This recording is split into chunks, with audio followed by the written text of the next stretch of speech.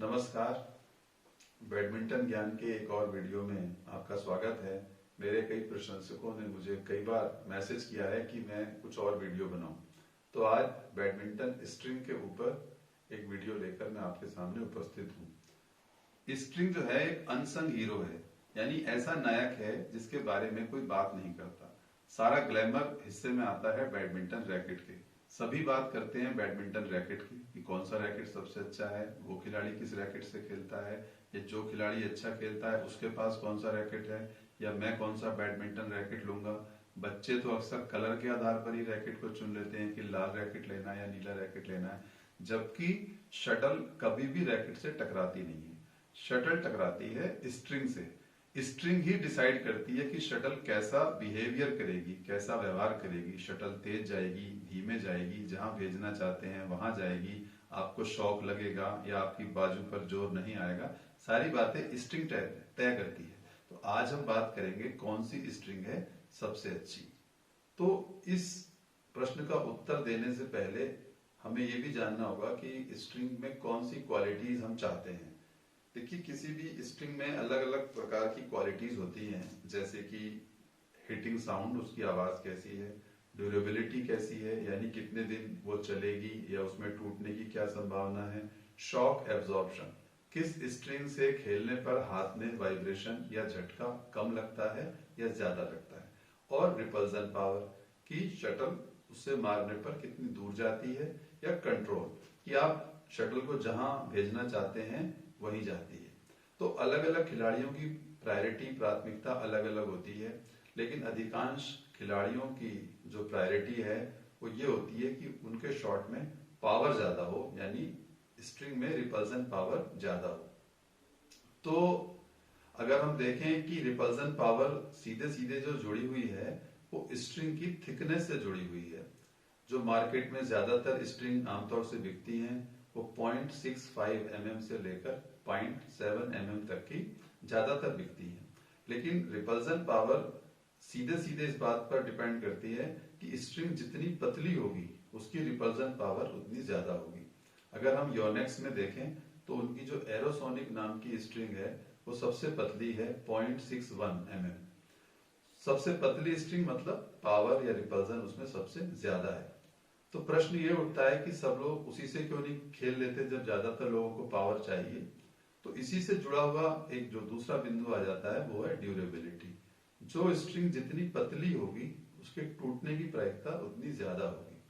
तो अगर हम किसी पतली स्ट्रिंग की बात करते हैं जिसकी थिकनेस 0.61 mm है, तो उसके शॉट दूर तो जाएंगे लेकिन उसके टूटने की संभावना भी ज्यादा होगी। इसलिए अधिकांश लोग बहुत पतली स्ट्रिंग का चयन नहीं कर पाते हैं, क्योंकि स्ट्रिंग काफी महंगी है। और अगर हम ये एरोसोनिक स्ट्रिंग ही देखें तो 600 रुपए से ऊपर ही इसकी कॉस्ट मार्केट में है, और 200 रुपए यदि हम उसकी स्ट्रिंग करवाने की कॉस्ट जोड़ लें तो एक बार रैकेट बनवाने में एरोसोनिक से लगभग 800 या उससे ज्यादा ही खर्च आ सकता है। और अगर हम मान लेते हैं कि एरोसोनिक से खेलने पर वो एक हफ्ते में या 2 हफ्ते में टूट जाती है, तो अधिकांश खिलाड़ी इतना खर्च नहीं उठा सकते कि वो हर एक हफ्ते में या 2 हफ्ते में अपनी स्ट्रिंग को रैकेट में दोबारा से डलवाएं। तो इसलिए फिर खिलाड़ी थोड़ी मोटी स्ट्रिंग के हो जाते हैं। अगर हम देखें जो मार्केट में सबसे ज्यादा बिकने वाली स्ट्रिंग है, अगर योनेक्स की बात करें तो सबसे ज्यादा जो स्ट्रिंग खिलाड़ी खेल रहे हैं इंटरमीडिएट लेवल तक के, वो BG65 से खेलते हैं। BG65 थिकनेस में अन्य स्ट्रिंग से काफी ज्यादा है, लगभग सबसे ज्यादा वाली में है, तो उसकी थिकनेस है 0.7 mm।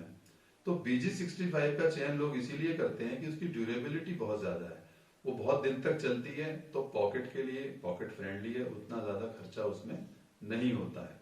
तो सबसे पतली स्ट्रिंग 0.61 mm की है। उसके बाद अगर हम देखें तो लीनिंग की ये नंबर 3 के नाम से एक स्ट्रिंग है जिसकी थिकनेस है 0.63 mm। इसके बाद 0.65 mm पर और आ जाती है, BG66 आ जाती है, लीनिंग की नंबर 1 आ जाती है।